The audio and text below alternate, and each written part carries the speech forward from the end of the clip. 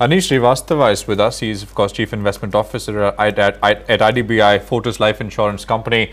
Anish, afternoon. Thanks for joining us. Prashant here. As a money manager, what do you make of this up move for this, relative strength vis-a-vis a couple of other emerging markets, Asian markets, any market you want to compare? India is now pretty much at the front of the pack. Right. One of the reasons is that most of the funds in India were sitting on large cash, and so is the case with the global funds when they were reasonably underweight on India. So once this up move has started, most of the funds have this left out kind of a feeling, and a lot of money is getting into the markets. Are you also, starting to put your money back into the market, money back to work? What have you been doing? Can you just illustrate that? Our strategy has been that we were defensive up to valuation levels, and once we got the comfort of the valuation, and once we studied some of the lead indicators, we realized that there is a possibility of an uptick in the market. And sensing that we had been substantially invested, we had a strategy of having up to 20-25% of investment in cash, which we deployed, and as of now we are running a portfolio up to 95% invested and 5% cash.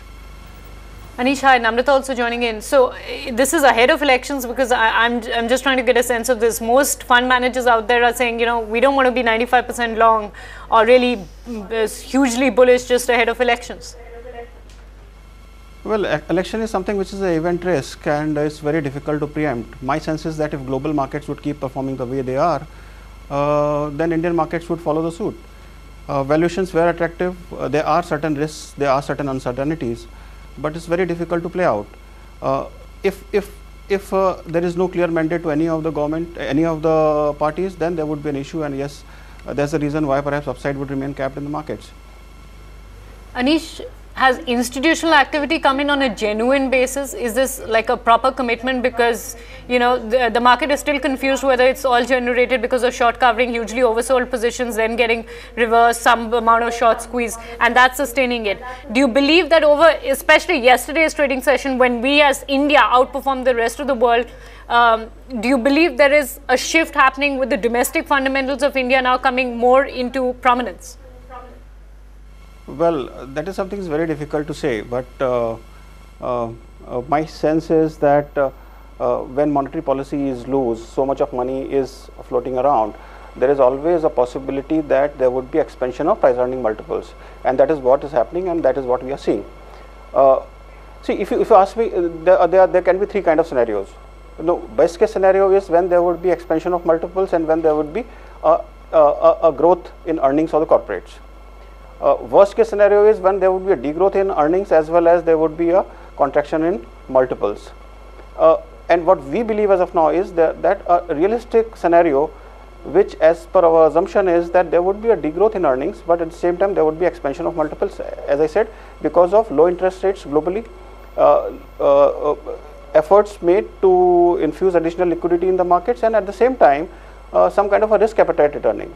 How do we read that the risk appetite returning is? Like, you see what is happening to gold. Gold has corrected from say $1,000 to today less than $900. Similarly, you see that what has happened to TED spreads. TED spreads have come down substantially. Some other leading indicators like metal index. Metal index has started moving up. Freight rates have started moving up. So some kind of stability is perceived. So considering that, we can say that these lead indicators are giving us an indication that perhaps risk appetite is there. But if you look at industrial production numbers, if you look at consumption numbers, if you look at credit growth numbers, all these are still, although these are basically lag indicators, and since one should not really read too much into it. Going forward, we still believe that macroeconomic problems would still hurt corporate profit growth. There is a possibility that there will be 5% kind of a degrowth in earnings in FY10. So best scenario is degrowth in earnings and expansion of multiples. For me, best case scenario would be perhaps 12 times multiple. If we are surprised by a higher than 5% kind of a degrowth, then perhaps market would correct further down. But otherwise, it should ideally remain between 9,000 to 10,500 range. All right, Anish. Fair point there. Good speaking with you and getting your thoughts across this afternoon here on Profit. Take a quick break as well.